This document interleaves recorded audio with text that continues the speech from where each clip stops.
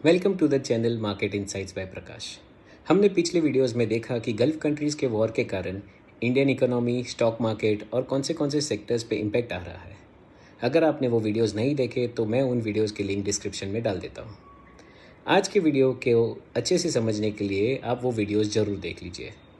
और हाँ, अगर आपको कोई स्टॉक के बारे में डिस्कस करना है तो आप हमें हमारे इंस्टाग्राम हैंडल @marketinsightsbyprakash पर DM कर सकते हैं।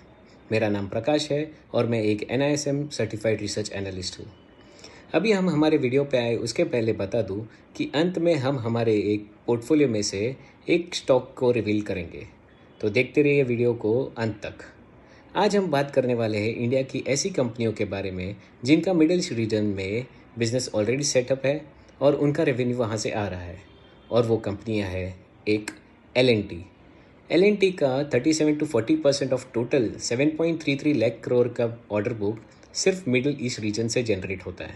उसके बाद आता है KEC इंटरनेशनल का अप्रॉक्सीमेटली 20 to 25% रेवेन्यू सिर्फ मिडिल ईस्ट से आता है।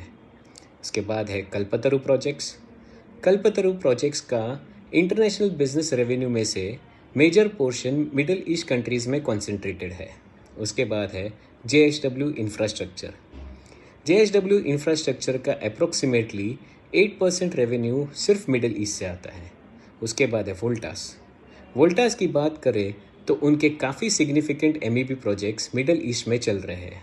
उसके बाद है थर्मैक्स ने 27 फरवरी 2026 को एक्सचेंज को उनके एक Holi own step down subsidiary के बारे में बताया जो दुबई में उन्होंने अभी सेटअप की है।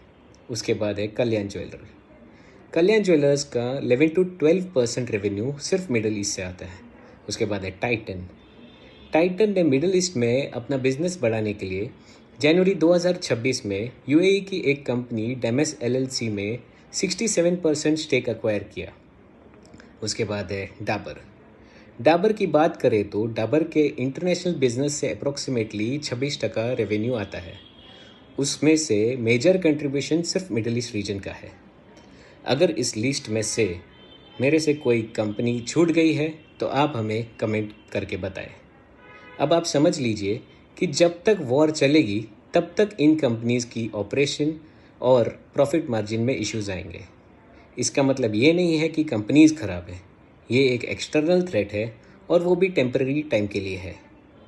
ये भी वक्त गुजर जाएगा और नया सवेरा आएगा जब कंपनीज़ फिर से फुल फोर्स में ऑपरेशनल होगी और बड़ा प्रॉफिट दिखाएगी।